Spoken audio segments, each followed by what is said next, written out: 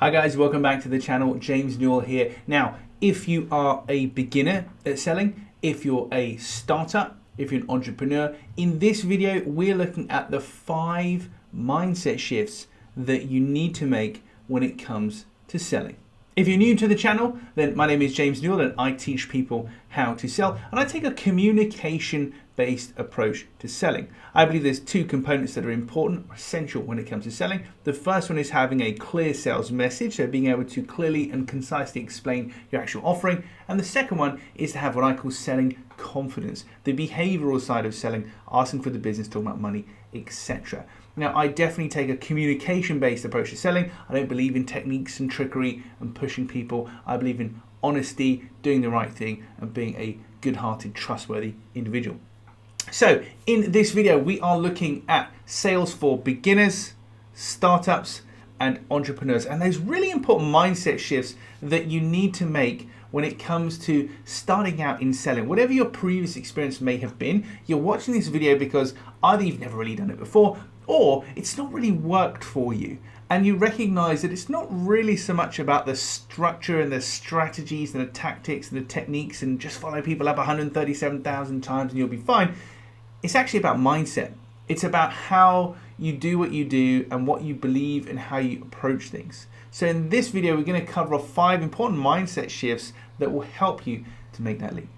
So the first one is selling for startups. So presenting your offering as a startup. Now, you've got your widget, your product, your service, your SaaS product, whatever you've created as a startup business, but presenting it is essential.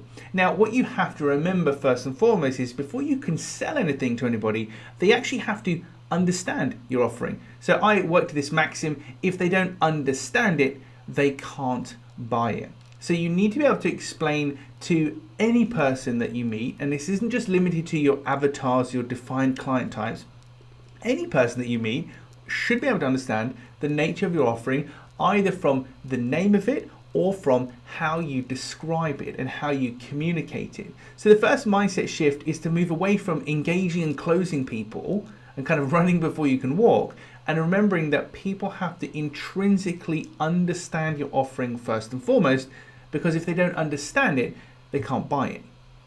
There's a simple thing that you can do here, is a technique, it's called the Feynman technique, where if you imagine explaining your offering to a child, to a 4, 5, 6-year-old child, what kind of language would you use? How would you do it? Because I'm guessing that you would use fewer words, fewer syllables, and more simplified language. So that's a great way to think about simplifying how you communicate your offering, to really focus on that understanding first and foremost.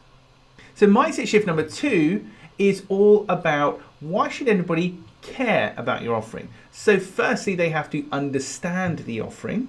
But once you've achieved that, why should anybody care about your offering? What are you going to do for them? What's in it for them?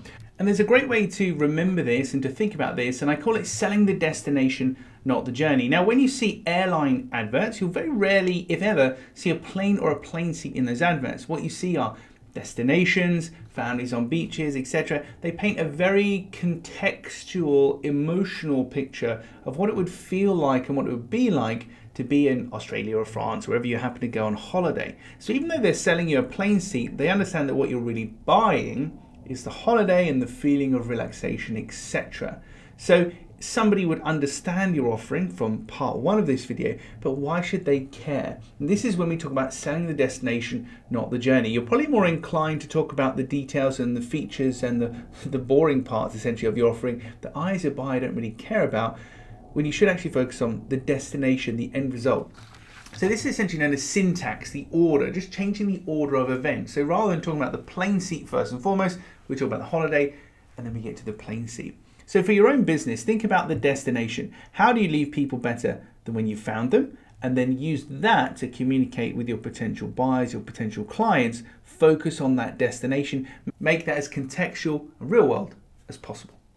Mindset shift number 3. Now this is for entrepreneurs. Those people like myself, when I did this, go from working for other people to working for yourself, or selling yourself, as it were, if that's not too weird a connotation for you. So when it comes to selling yourself, where you sold for others previously, it's very, very difficult to not take things personally. We have an emotional attachment to the conversations we're having because I'm not James from XYZ company selling you something.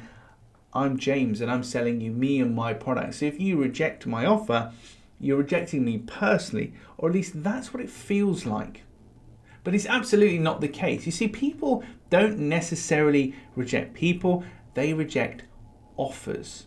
It's as simple as that. They reject offers. So I gave up alcohol many years ago. I've been teetotal for quite some time. So if you were to offer me a beer, I would decline. Not because I don't like you, it's because I've chosen not to drink alcohol, so I'm rejecting your offer. I'm not rejecting you as a person. Now, on a video like this, it's very easy to logically say, oh yes, James, I understand, that's great. Harder to implement in real life, I get that. So my way to bring that to the fore in real life is to remember this. Selling is about two very distinct components: information and opportunity. That's your role if you're selling to somebody. You need to give them the information they need to make the best decision for themselves, and that best decision might be to not buy from you, and that's okay. You need to give them the information that they need to form an opinion and make a decision, and give them the opportunity. So you've actually got to ask for the business.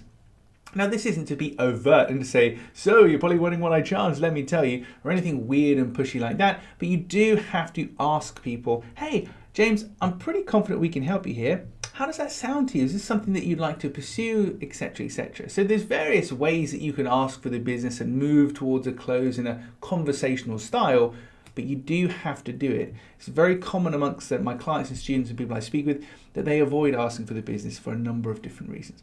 So selling is about information and opportunity. People don't reject other people generally, they reject offers. That's really important to remember if you're taking things personally.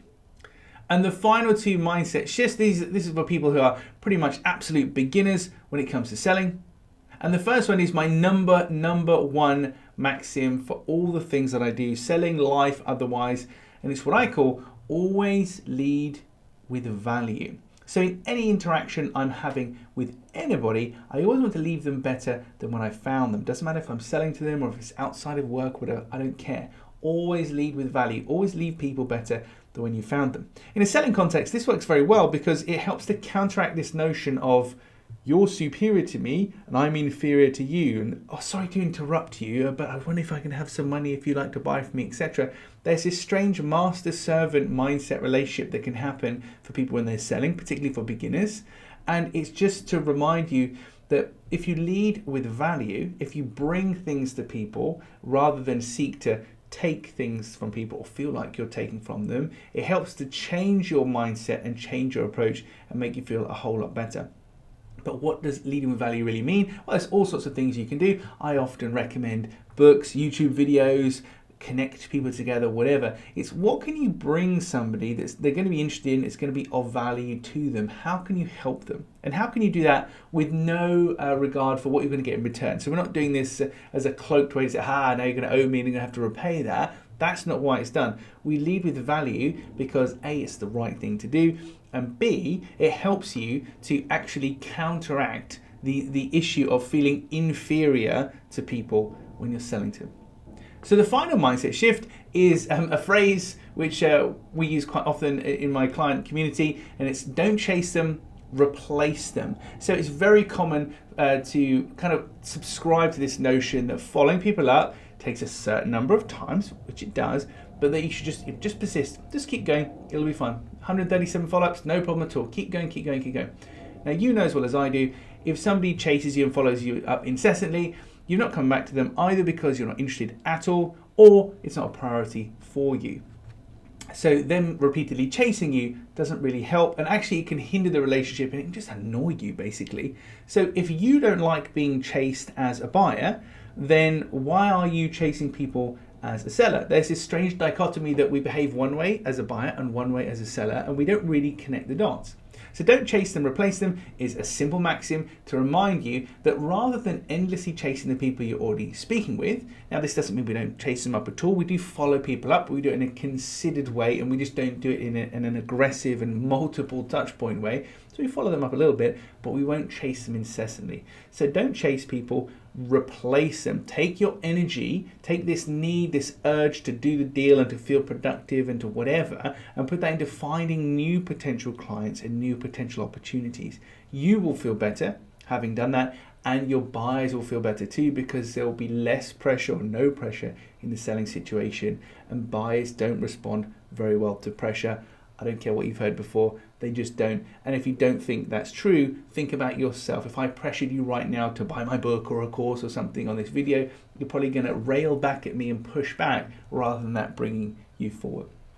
So those are the 5 mindset shifts that you need to make for startups, entrepreneurs, and beginners when it comes to selling. Hopefully they've been useful for you. Pop a comment down below. Which one is your favorite? Which one are you going to try? Which one have you tried? Or have you got any other tips that you could add to this, particularly from a mindset point of view? So not necessarily a structural, this is how to say things when you're selling to people, but what are the mindset shifts and changes that you might have made in your business when it comes to selling?